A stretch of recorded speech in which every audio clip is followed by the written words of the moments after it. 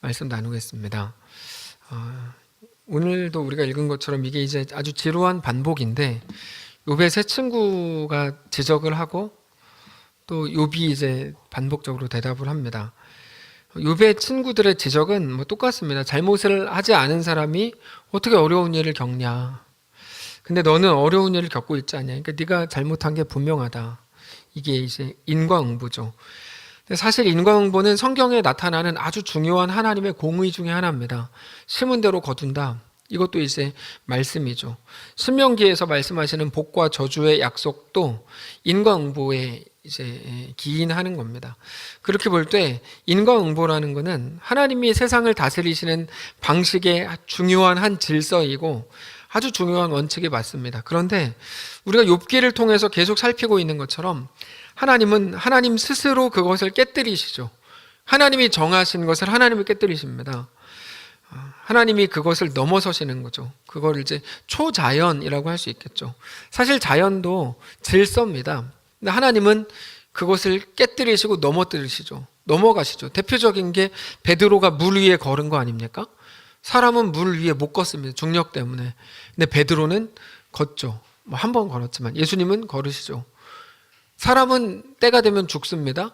근데 죽은 사람도 예수님은 살리셨죠. 이런 것들, 하나님이 만들어 놓으신 질서를 하나님이 스스로 넘어서시는 일들이 많습니다. 왜 그런가 하면 인간이 인과응보 안에 갇힌다면 온전히 살아남을 사람이 한 명도 없기 때문입니다. 의인은 없나니 하나도 없다. 이게 성경의 고백입니다. 인간을 구원하기 위한 하나님의 방편은 은혜입니다. 그리고 은혜라는 것은 이미 답이 없어진 인간을 구원하기 위한 하나님의 새로운 질서입니다. 그러니까 은혜 없는 삶은 옛 과거에 묻혀 있는 거고, 묶여 있는 거고, 은혜를 알게 되면 그때부터는 새로운 하나님의 질서 안으로 들어가는 거죠. 그래서 시편 3편에서 시인이 이렇게 말합니다. 한번 찾아볼까요? 시편 3편 8절입니다. 시편 3편 8절. 877쪽 구약성경 시편 3편 8절. 우리가 다 좋아하는 말씀인데요. 여호와는 긍휼이 많으시고 은혜로우시며 노하기를 더디하시고 인자하심이 풍부하시도다. 이게 이분이 하나님이십니다. 이분이. 그거를 로마서 3장에서 바울은 비슷한 표현인데 이제는 율법 외에 하나님의 한 의가 나타났다고 말씀을 하시죠. 이제는 율법 외에, 전에 율법이 전부였다. 그거 외에 하나님의 한 의가 나타났다. 그러니까 여전히 율법에 갇혀서 옛 질서에 사로잡혀서 하나님의 공의, 인과응보라는 거에 갇혀서 세상과 자기 자신과 다른 사람들을 보고 정죄하고 판단하고 있다면 그는 아직 예수를 모른다는 말인 것이죠. 은혜를 모르는 예수 그리스도인은 세상에 없으니까. 그건 있을 수 없는 거잖아요. 은혜를 모르는 그리스도인이라는 건 있을 수 없죠. 네. 우리가 예수님을 믿는 것은 그것과 다릅니다. 돌아온 탕자를 영원히 아들로 받아주시고 실수가 반복되다가 결국에 예수님을 저주하고 욕했던 베드로를 받아주시고 예수 믿는 사람들을 잡아 죽였던 살인자 바울도 받아주시는 분이 우리 예수님이십니다.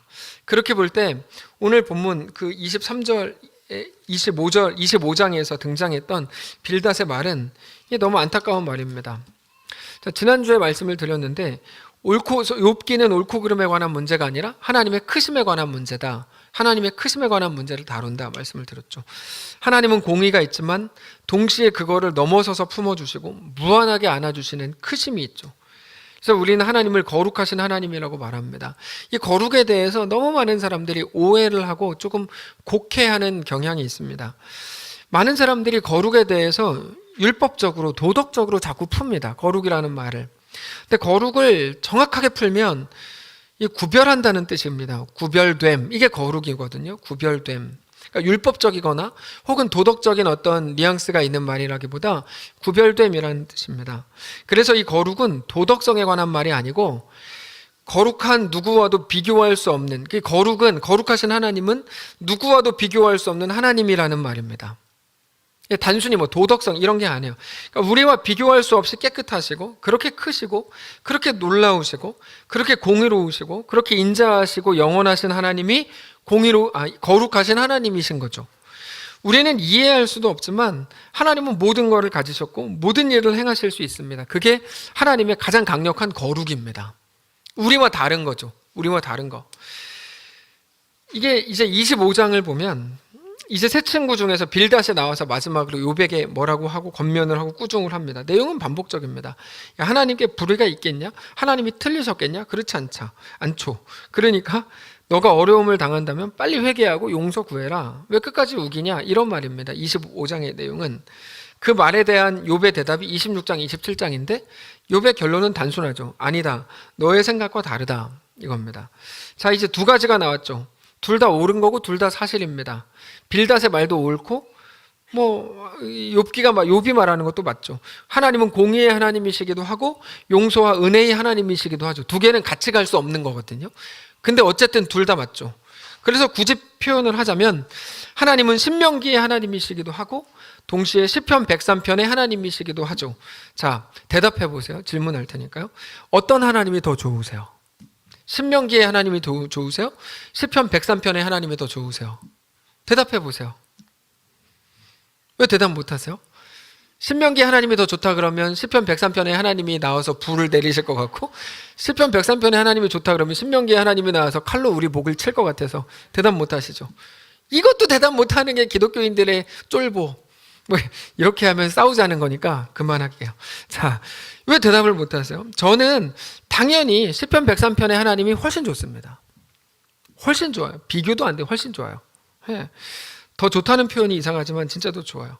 만일 공의만 가지고 구분한다 그러면 저는 당연히 살아남을 수가 없죠. 아마 지금 벼락 맞아서 죽어야 될걸요?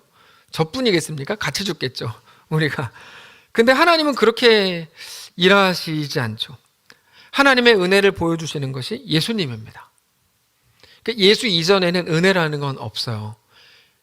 하나님의 은혜를 보여주시는 게 예수님 가장 강력하게. 그리고 예수님을 통해서 이루시는 은혜는 뭐냐면 율법을 완성하시는 하나님의 방법입니다. 예수님 직접 말씀하시죠. 나는 율법을 폐하러 온 게 아니다. 그러니까 자꾸 구약 율법이 폐기됐다고 말하는 것은 잘못 말하는 거예요. 구약 율법은 폐기된 게 아니고 예수님이 완성하시거든요. 예수님 완성하셨죠. 예수님이 그렇게 말씀하셨죠. 내가 율법을 폐하러 온 게 아니라 완성하러 왔다. 다시 말해서 은혜는 율법을 무시하거나 율법에서 도망치게 하는 게 아니고 율법을 이루시는 하나님의 방편이라는 겁니다. 이거 완전히 다른 거잖아요. 율법에서 도망치는 거랑 율법을 완성하는 거랑 다르잖아요. 이게 어려운데 그래서 우리가 욥기를 조금 더 봐야 됩니다. 그 부분에 대해서 욥기가 엄청 잘 설명합니다. 욥의 대답이 이거죠. 26장 11절을 보시면 이렇게 대답합니다. 그가 꾸짖으신 즉 하늘 기둥이 흔들리며 놀라느니라. 그는 능력으로 바다를 잔잔하게 하시고 지혜로 라합을 깨뜨리시고. 이 라합은 우리가 아는 그 사람 라합이 아닙니다. 라합을 욥기 앞장에서 리워야단이라고 표현했는데 바다 괴물입니다. 바다 괴물. 라합을 리워야단을 깨뜨리시고 13절 그의 입김으로 하늘을 맑게 하시고 손으로 날렵한 뱀을 무찌르신다. 하나님이 높으신 거 나도 안다. 이런 거죠. 근데 그 지혜로 하나님은 라합도 깨뜨리시고 13절에서는 날렵한 뱀도 무찌르신다. 하나님의 크심에 대한 상징적인 표현입니다. 그러면서 14절을 보시면 보라 이런 것들은 그의 행사의 단편일 뿐이요. 그렇게 강력한데 단편일 뿐이고 우리가 그에게서 들은 것도 속삭이는 소리일 뿐이니 하나님 완전하시다, 대단하시다, 엄청나시다, 창조주시다 이런 모든 말들이 그에 대해 속삭이는 것뿐이라는 거야. 우리가 하나님에 대한 능력에 대해서 모르는 게 너무 많다는 거죠. 정말 너무너무 많다는 거죠. 네. 그의 큰 능력의 우레소리를 누가 능히 헤아리랴 이렇게 말합니다. 그러니까 25장에서 빌닷이 뭐라 그랬습니까? 네가 잘못해서 고난당하는 거다. 하나님이 얼마나 높으신가 보라. 근데 욥은 하나님이 얼마나 높으신지 나도 안다. 네. 그러니까 이게 무슨 말이에요? 그래서 이런 말이죠. 빌닷이 하나님 높으시다, 크시다, 능력 있으시다 막 얘기하니까 욥이 그래서 그래서 누가 하나님 잘못했대? 이런 거야. 하나님이 높으신 거 나도 아는데 야 남 일이라고 그렇게 함부로 말하지 마 이런 거죠. 나는 지금 벼락 맞은 게 분명하고 하나님이 그 벼락을 허락하신 것까지는 내가 인정을 하겠는데 하나님이 허락 안 하셨으면 벼락 안 맞았으니까 인정하겠는데 내가 왜 벼락 맞았는지는 나도 몰라. 그러니까 너도 추측하지 마 이런 말입니다. 이게 통쾌하긴 한데 적용을 좀 제대로 해야 됩니다. 오늘 사실 욥기가 그래요. 적용을 다 제대로 해야 돼요. 그러므로 다른 사람의 일에 대해서 함부로 말하지 마. 이거는 제대로 된 적용이 아니에요. 이거를 얘기하려고 한 게 아니에요. 욥기는 자꾸만 도덕적이고 교훈적으로 욥기를 접근하면 되게 촌스러워집니다. 제대로 보셔야 됩니다. 자, 하나님은 그것보다 크다. 이게 욥이 하려고 그러는 가장 중점적인 말이라고 말씀드렸죠. 너 이해 안 되지? 네가 왜 망했는지, 네가 왜 울게 됐는지, 네가 왜 그 병에 걸렸고, 왜 무너졌고, 하필이면 네가 왜 실패했고, 그렇게 왜 못나졌는지 너 이해 안 되지? 다른 사람은 다 네 잘못이라 그러는데 너는 진짜 모르겠지? 그래, 다른 사람이 틀렸고 네가 옳다? 모르는 게 맞다? 네가 틀려서 그 일을 당하는, 이거 하나님 하시는 말씀이에요. 누가 하는 말인지 매 얘기 안 하고 해가지고 큰 소리를 높였는데 다 못 들으셨겠다. 하나님이 이 말씀을 다시 말씀드릴게요. 하나님이 욥에게 이 말씀을 하시는 거라고요. 하나님이 뭐라 그러시냐면, 너 이해 안 되지? 네가 왜 망했는지, 네가 왜 울게 됐는지, 네가 왜 그 병에 걸렸는지 다 욥이에게. 네가 왜 무너졌고 왜 실패했는지, 네가 왜 그렇게 못나게 됐는지 너 이해 안 되지? 근데 네 친구들이 와가지고 다 네 잘못이라 그러는데 너 못 받아들이겠지? 그래, 다른 세 친구가 다 틀렸고 네가 옳다. 네가 모르는 게 또 맞다. 네가 틀려서 그 일을 당하는 게 아니다. 이게 하나님 말씀이에요. 너의 옳고 그름보다 하나님은 더 크시다. 인과응보보다 하나님이 더 크시다. 하나님을 믿고 하나님을 신뢰하고, 다만 어떤 자리에서도 하나님을 사랑하는 것은 너에 대한 나의 도전이다. 이렇게 말씀하시는 게 욥기입니다. 그래서 27장에서 욥이 이렇게 말해요. 1절 보세요. 욥이 또 풍자하여 이르되, 나의 정당함을 물리치신 하나님, 내 영혼을 괴롭게 하신 전능자의 사심을 두고 맹세한다. 이렇게. 이 풍자라는 말이 뭐 비꼰다 이런 말이 아니고 그냥 비유로 말하는데 이런 뜻입니다. 비유로. 그 비유가 3절부터 나오는데 3절부터의 내용은 사실상 욥의 맹세입니다. 맹세. 3절부터 보시면, 내 호흡이 아직 내 속에 완전히 있고 하나님의 숨결이 내 코에 아직도 있다. 결코 내 입술이 불의를 말하지 않고 내 혀가 거짓을 말하지 아니하리라. 나는 지금 거짓말하고 있는 게 아니다. 맹세코 거짓말하는 게 아니다. 그래서 5절에 나는 결코 너희를 옳다 하지 않겠고 내가 죽기 전에는 나의 온전함을 버리지 아니할 것이라. 이거는 이런 말입니다. 니네는 하나님에 대해서 반은 알고 반은 모른다. 그러니까 너희들에게 무슨 말 하겠냐. 다만 나는 내 온전함을 하나님 앞에서 버리지 않을 거다. 니네는 모르지만 하나님은 아신다. 이런 말이죠. 정말 당당한 거죠. 당당하지 못하면 이런 말 못합니다. 진짜 당당한 거죠. 왜 졸아요? 그럼 저 안 졸았는데요? 이런 거요. 졸았잖아요 지금. 목사님 아니에요. 제 눈이 조그마다고 저를 그렇게 폄하하시면 안 돼요. 하나님이 아세요. 이거랑 똑같은 거예요. 진짜 안 좋은 거예요 그 사람은. 그러니까 그렇게 말하죠. 진짜 안 졸았으면 그렇게, 진짜 졸았는데 안 졸았어요. 어떻게 그렇게 말해요? 일어나세요. 그래가지고 그렇게 말하고 있는 거예요. 그러니까 이런 말이죠. 내가 엄살 부리는 게 아니라 내가 지금 하나님의 일하심을 내가 친히 겪고 있는 중이다. 그러니까 욥은 지금 친구들과 차원이 다른 겁니다. 그 수준이 다른 거죠. 수준이. 친구들은 하나님을 알고 믿는 거에 대해서 죄송하지만 친구들한테 저 밑에서 놀고 있는 거고, 욥은 엄청나게 올라와서 여기서 놀고 있는 거죠. 욥기가 정말 소중한데 그 이유가 뭐냐면, 친구들의 말을 굳이 기록을 안 해도 되잖아요. 사실 다 틀린 말인데. 다 틀린 말이잖아요. 친구들 하나님이 나중에 너 틀렸다고 계속 하시니까. 근데 뭐하러 기록하냐 하는 거죠. 뭐하러 기록하냐. 근데 기록을 한다. 왜요? 우리한테 보여주시려고 그러는 거죠. 친구들의 말을 통해 뭐를 보여주십니까? 계속해서 같은 수준에서 하나님을 모르면서 말하는 거를 보여주는 거야. 하나님 모르면서. 동시에 친구들의 말에 대한 욥이 대답하는 것도 기록을 해가지고 우리에게 욥이 얼마나 욥의 고백이 깊어지고 하나님을 신뢰하게 되어 가는지를 보여주는 거죠. 욥의 친구들은 처음부터 끝까지 변화되는 게 하나도 없습니다. 계속 저기 수준이 아주 낮아요. 근데 욥은 처음에 같은 수준에서 욥의 말이 계속 반복되면서 계속 수준이 올라가요. 욥의 말은. 이거를 보여주시려고 욥 친구들의 말을 계속 기록하는 거죠. 근데 하나님을 신뢰해 가는 과정이 뭡니까? 이해할 수 없음입니다. 지금부터 잘 들으셔야 됩니다. 이해할 수 없음. 하나님을 신뢰해가는 과정. 하나님이 얼마나 크신지 진짜 이해가 안 돼요. 왜요? 내가 당하는 일을 보니까 하나님은 여기서도 일하시고 이거를 통해서도 일하신다는 게 이해가 안 되는 거죠. 특별히 오전에 실패를 통해서도 일하신다? 이해가 안 되죠. 이해가 안 되죠. 지난주에 나누었습니다. 사람의 잘됨을 통해 하나님의 일을 이루신다면 못됨을 통해서 얼마나 더 큰 일을 이루실까? 기독교의 신앙에 놀라운 게 이겁니다. 우리가 우리 현실 속에서 만날 수 없는 내용들을 우리 현실로 말씀을 하신다는 겁니다. 이게 기독교 신앙이 아주 놀라운 겁니다. 아브라함, 언약, 그리고 출애굽, 바벨론 포로, 예수님이 이 땅에 오셔서 십자가 지고 죽으신 거, 이런 거는 우리가 알고 믿는 내용이지만 우리 현실 속에서 이런 걸 어떻게 받아들여야 될지 모르는 거죠. 그래서 십자가라는 거를 어떻게 내 삶으로 옮겨올 자신이 없으니까 우리는 어떻게 해버립니까? 헌신, 희생, 포기라는 말로 대체해버렸죠. 십자가 하면 헌신이 떠오르시죠. 십자가 하면 희생이 떠오르고, 십자가 하면은 뭐 포기가 떠오르고, 하나님이 독생자를 보내서 우리를 위해 죽게 하시고 우리를 살리신 그 자리까지는 못 가고, 사실 그런 말들로 규정하는 게 사실 굉장히 못마땅해요. 십자가, 헌신 이렇게 하는 게 정말 못마땅한 말인데 우리는 어쩔 수 없어요. 사실 우리는 예수님, 하나님의 아들이신 예수님이 우리를 위해 죽으셔서 우리를 다시 살리신 것까지는 진짜 눈꼽만큼도 못 따라가고, 헌금도 제대로 못합니다. 헌금도, 헌신도 제대로 못하고, 내 삶을 드린다고 말하는 건 쉬운데 정작 어떤 도전이 가면 다 머뭇거리고, 저도 그렇고요. 다 머뭇거립니다. 그러면서 이렇게 말해요. 머뭇거리는 게 당연한 거 아니에요? 그게 어떻게 당연한 거예요? 부끄러운 거지. 죄송합니다. 이거 싸우자는 거죠? 아니죠. 근데 머뭇거리는 게 왜 당연하냐고. 부끄러운 줄 알아야지. 예. 아니 고3이면 교회 덜 갈 수도 있는 거 아니에요? 뭐 그런 게 어디 있어요?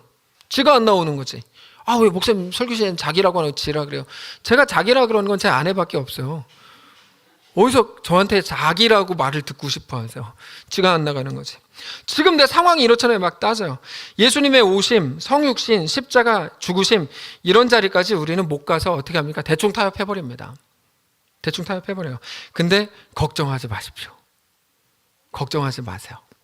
우리 하나님은 우리를 그냥 적당히 그 자리에 머물러 있으면서도 내가 하나님을 잘 섬깁니다, 내 인생을 하나님께 드립니다라고 말할 수 있는 상태로 우리를 그냥 그렇게 끝까지 놔두실 마음이 없습니다. 걱정하지 마세요. 우리의 연약한 못남, 주님 나 이렇게 못나는데 말밖에 할 줄 아는 게 없는데 라고 생각하시고 내 죽을 때까지 이렇게 하면 어떻게 해요? 라고 걱정하지 마세요. 하나님은 우리를 그대로 놔주실 마음이 전혀 없으니까. 하나님은 그렇게 안 하십니다. 그게 욥기 27장 1절 2절입니다. 사실 오늘 본문 핵심은 2절이거든요. 2절을 보시면 이렇게 말해요. 27장 2절에 나의 정당함을 물리치신 하나님, 나의 영혼을 괴롭게 하신 전능자의 사심을 두고 맹세한다고 말하죠. 자, 욥이 맹세하는데 맹세가 뭡니까? 진정성을 증명하려고 하는 게 맹세죠. 진짜야, 내가 맹세해 이렇게 얘기하잖아요. 그 중에 최고의 맹세는 뭡니까? 하나님께 맹세해줘. 정신 나간 거죠. 하나님께 맹세해. 여러분, 하나님께 맹세한다는 말은 정신 나간 사람들만 하는 말이에요. 가끔 교인들끼리도 집사님 이거 진짜 집사님이 안 했어? 나 안 했어. 집사님 이거 뭐 물 틀고 간 거 아니야? 나 아니야. 나 그래서 하나님께 맹세? 이렇게 그 손을 잘라야 돼요. 그거는 정신 나간 말이에요. 겁이 얼마나 없어요. 하나님한테 맹세하지? 겁이 얼마나 없어요? 이게 물 틀었으면 수도세 좀 더 내면 되는 걸 갖고 이거를 왜 하나님께 맹세하지? 참 궁금한 거야. 꼭 예수 안 믿는 사람들이 우리한테 그렇게 말해요. 예, 예수 안 믿는 사람들이 뭐 이렇게 안 했는데 너 하나님한테 맹세할 수 있어? 예수도 안 믿으면서. 그때는 하나님을 걸 데가 없어서 내 옳음을 증명하는데 하나님을 겁니까? 아유, 얼마나 걸 게 없으면 하나님을 겁니까? 그냥 5만 원을 거세요. 아니면 20만 원을 거세요. 40분 안에 못 들어가. 20만 원 걸게. 그렇게 하세요, 차라리. 뭐 거기다 하나님을 걸어요, 하나님을. 야, 그럴 거면 내가 안 열고 갔는데 집사님이 내가 물 열고 갔다고 생각하고 내 말 안 믿을 거면 나를 믿지 마라, 이놈아. 이렇게 뭐 여자들끼리면 비슷한 뭐 쓰겠죠? 믿지 마라, 이놈아. 이렇게 하고 그냥 집에 가세요. 이게 뭐라고 하나님까지 걸어요, 여기다가. 우리가 할 수 있는 최고의 맹세는 내가 틀렸으면 나를 죽여라. 이 정도는 가능하죠. 집사님이 물 안 틀었어? 내가 안 틀었어. 진짜 날 죽여 이렇게 이런 것까지는 가능한데 뭐 하나님까지 걸어요. 여기까지 생각할수록 열받네. 왜 자꾸 하나님을 걸어요? 네? 근데 내 생명을 걸기에는 좀 부담이 되니까 우리가 뭘 하죠? 100만 원을 걸죠. 100만 원 걸게. 이거 자꾸 저희 집에서 제발 돈 좀 걸지 말라고 제 아내가 저한테 지금 자꾸 그러는데 100만 원 걸죠. 아니면 내가 틀리면 네 아들이다 이렇게 해야죠. 이 정도까지는 괜찮죠. 이 정도까지는 괜찮다고 봐요, 저는. 집사님, 제가 안 했는데, 목사님이 하셨잖아요. 제가 틀렸으면 집사님 아들 할게요. 이거는 뭐 괜찮죠. 네. 거기서 나오는 게 이제 개 자식이죠. 굳이 가자면, 네. 내가 네 아들이 되느니 개의 자식이 되겠다. 이런 맹세입니다.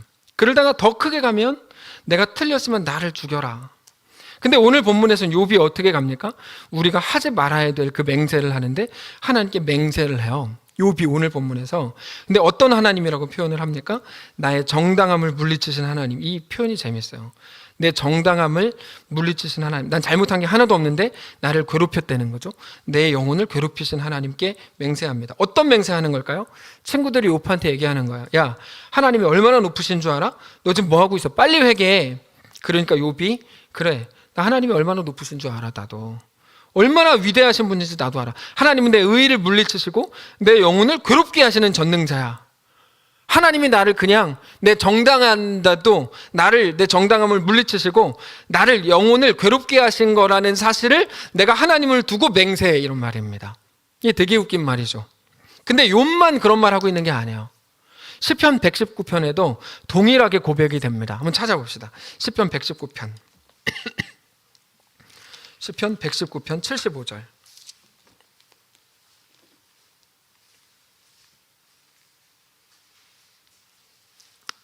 893쪽 구약성경 시편 119편 75절을 보시면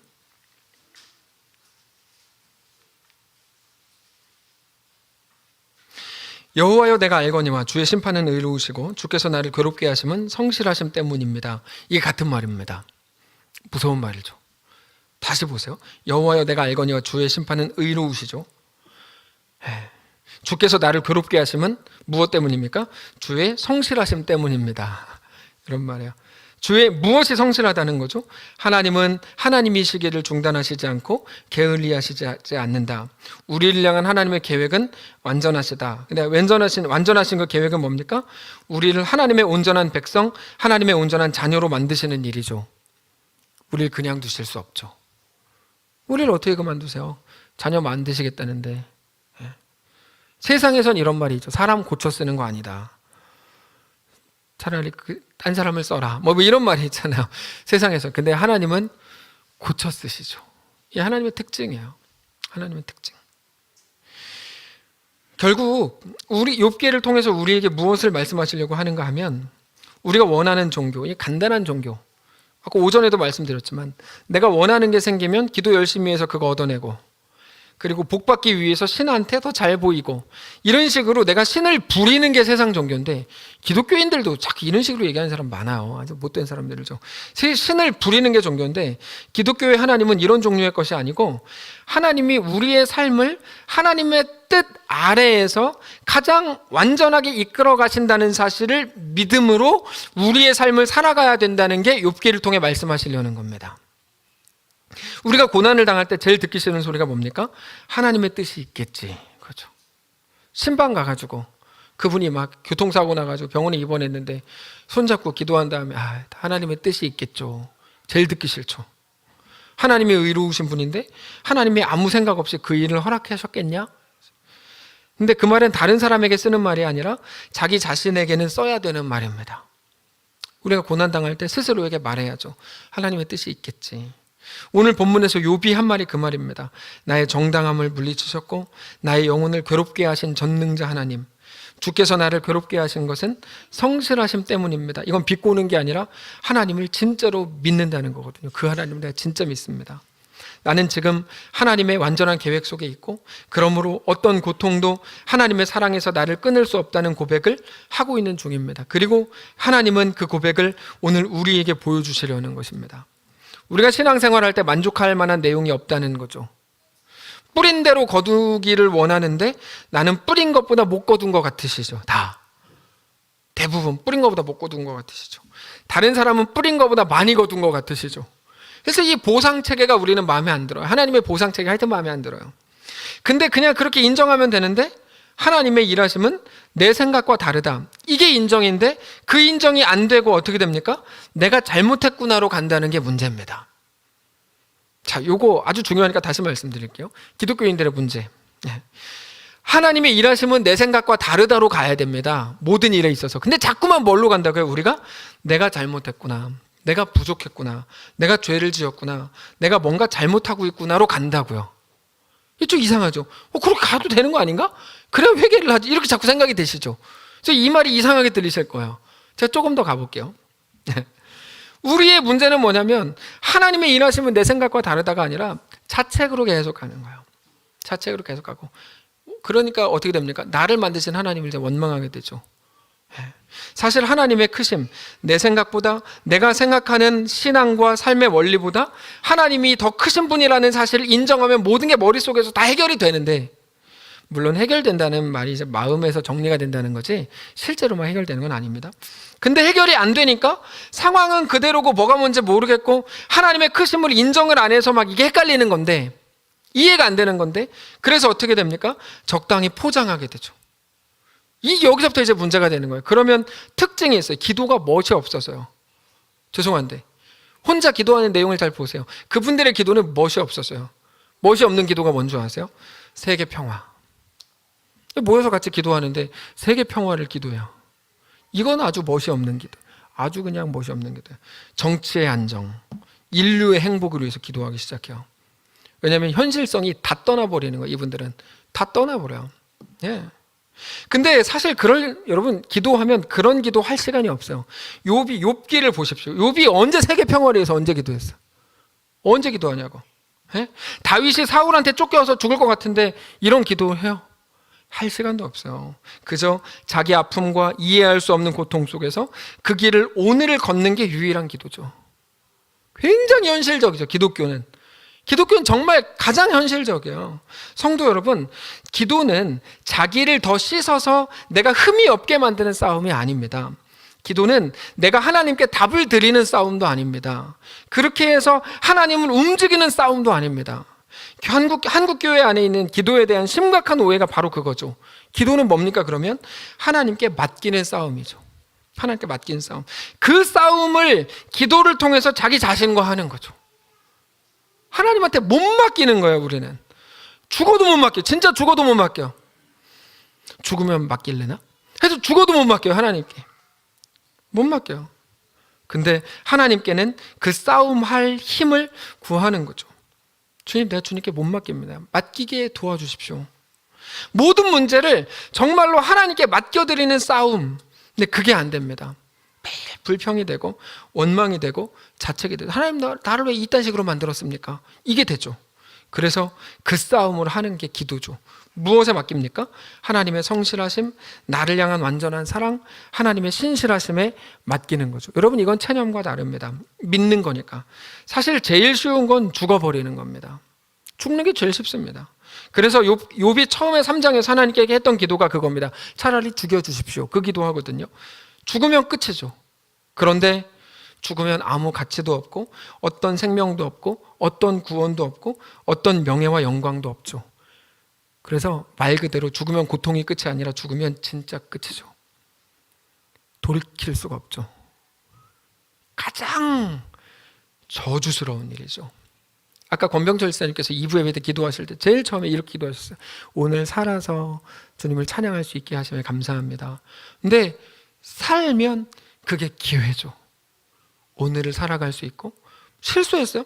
내일 돌이킬 수 있고, 하나님의 은혜를 사모할 수 있고, 은혜를 누릴 수 있죠.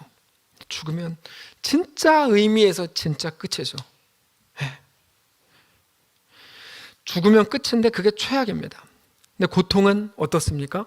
절대로 쉽지 않습니다. 그래서 고난은 죽음을 넘어서는 가치가 있는 겁니다. 죽음을 넘어서는 가치는 고난에 있습니다. 하나님은 그 자리로 우리를 부르시죠. 그냥 죽어버린, 여러분 그건 상상도 하지 마세요. 하나님은 우리를 가장 놀라운 자리로 이끄시는 중입니다. 그게 고난이죠.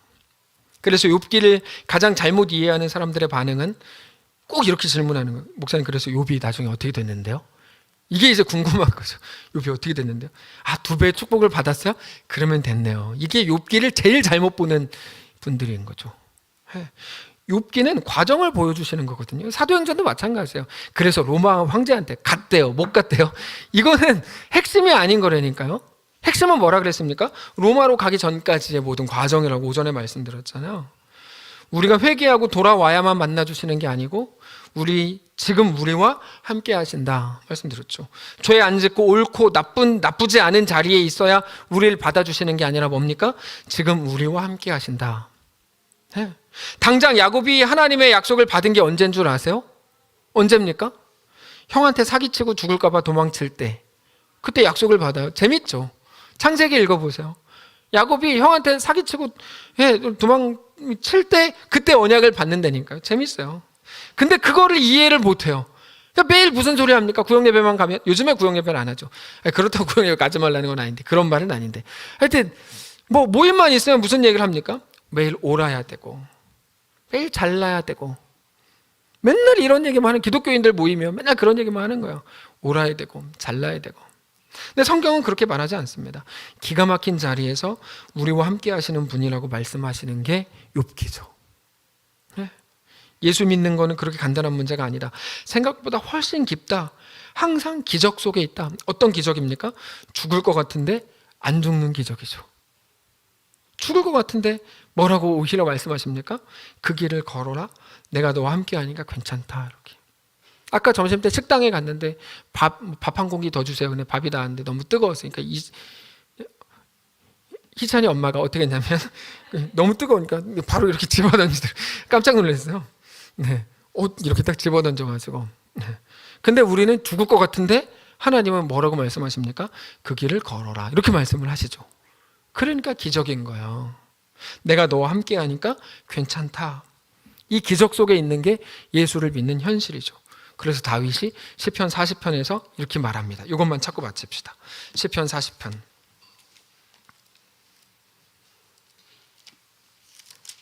시편 40편 1절입니다. 아까 이제 기도할 때 제가 읽어드린 말씀인데 한번 한 목소리로 1절 2절 읽겠습니다. 시편 40편 1절 2절 시작. 내가 여호와를 기다리고 기다렸더니 귀를 기울이사 나의 부르짖음을 들으셨도다. 나를 기가 막힐 웅덩이와 수렁에서 끌어올리시고 내 발을 반석 위에 두사 내 걸음을 견고하게 하셨도다. 아멘. 이 말씀을 너무 쉽게 생각해서 내 현실의 위기에서 나를 꺼내셨다 이렇게 푸는데 그건 너무 협소한 해석입니다. 잘 보시면 그렇게 풀 수 없는 본문입니다. 그러면 기가 막힐 웅덩이와 깊은 수렁이 뭘까요? 우리 영혼을 무너뜨리는 마음의 장소입니다. 사실 웅덩이와 수렁은 어떤 특정한 장소, 상황이라기보다 그 상황만 가면 우리가 만들어내는 우리 마음의 깊은 동굴이죠. 깊은 동굴. 암에 걸려도 잘 걸어가는 사람이 있고 반대로 감기에 걸려도 깊은 좌절하는 사람이 있죠. 예. 바로 그거죠. 암이냐 감기냐가 아닙니다. 깊은 수렁, 웅덩이. 중요한 건 어떤 상황이냐가 아니라 자꾸만 절망하고 마음으로 무너지고 좌절하고 성도의 길마저 포기하고 싶은 그 마음이거든요. 거기서 우리 하나님은 다윗을 어떻게 하셨답니까? 반석 위에 두셨답니다. 무너지지 않는 거죠. 반석 위에 두셨다는 건 무너지지 않는 거죠. 바로 이 반석 위에 두사라는 고백에서 그걸 알 수 있는데 어떤 상황에도 무너지지 않게 하셨다는 거죠. 그게 오늘 말씀의 제목이에요. 기가 막힐 웅덩이와 수렁에서 끌어올리시는 거예요. 기적 속에 우리 현실을 두셨다라는 그 표현이죠. 그건 어떻게 가능합니까? 하나님을 소망할 때 가능하죠. 거기에서도 나와 함께 하셨다. 믿는 것, 인정하는 것, 그게 예수를 믿는 삶입니다. 성도 여러분, 말씀을 정리하겠습니다. 이번 주 우리의 삶이 이와 같은 고백의 삶이시기를 주님 이름으로 축복합니다. 기가 막힐 웅덩이와 수렁에서 자꾸만 빠져드는데 거기서 우리를 계속 건지시는 하나님의 은혜가 있으시길 바랍니다. 그것에 지지 않고 무너지지 않고 그것에 빠져들지 않는 거죠.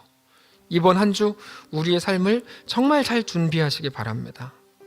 우리가 걸어야 될 길에 있는 수많은 함정들이 이번 한 주에 계속 있을 겁니다. 분명히 계속 함정이 막 계속 있을 겁니다. 이 나쁜 놈의 자식 사탄이 막 계속 파노니까요. 두더지 같은 놈이에요. 사탄은 계속 막 땅을 파요. 계속 함정을 만들고 그 함정에 빠지지 않으셔야 됩니다. 대학에 떨어진 게 함정이 아닙니다. 감기 걸리고 병든 게 함정이 아니라고요. 기가 막힐 웅덩이 그런 것도 아니에요. 길 가다가 사탄이 파놓은 그 함정이 있어요. 거기에서 우리 주 하나님을 믿고 신뢰하십시오. 그 반석 위에 우리의 발을 두셔서 넉넉히 서서 담대하게 또 승리하는 성도들 되시기를 주님 이름으로 축복합니다. 기도하겠습니다. 하나님,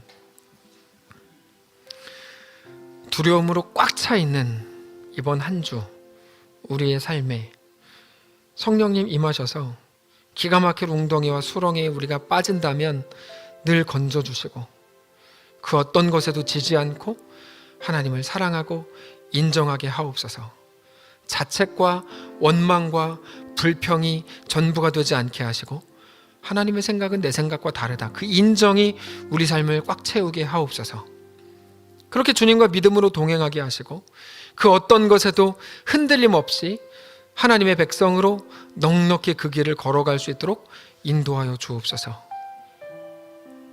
모두가 두려워할 만한 객관적인 어려운 상황 속에 있는 모든 가정들마다 주님 위로하시고 그들을 붙드셔서 그들 가운데 하나님의 놀라운 은혜와 하나님의 강력한 섭리가 충만하게 임하여 세상에 지지 않고 함정에 빠지지 않는 사랑하는 모든 주의 백성들 되도록 축복해 주시옵소서.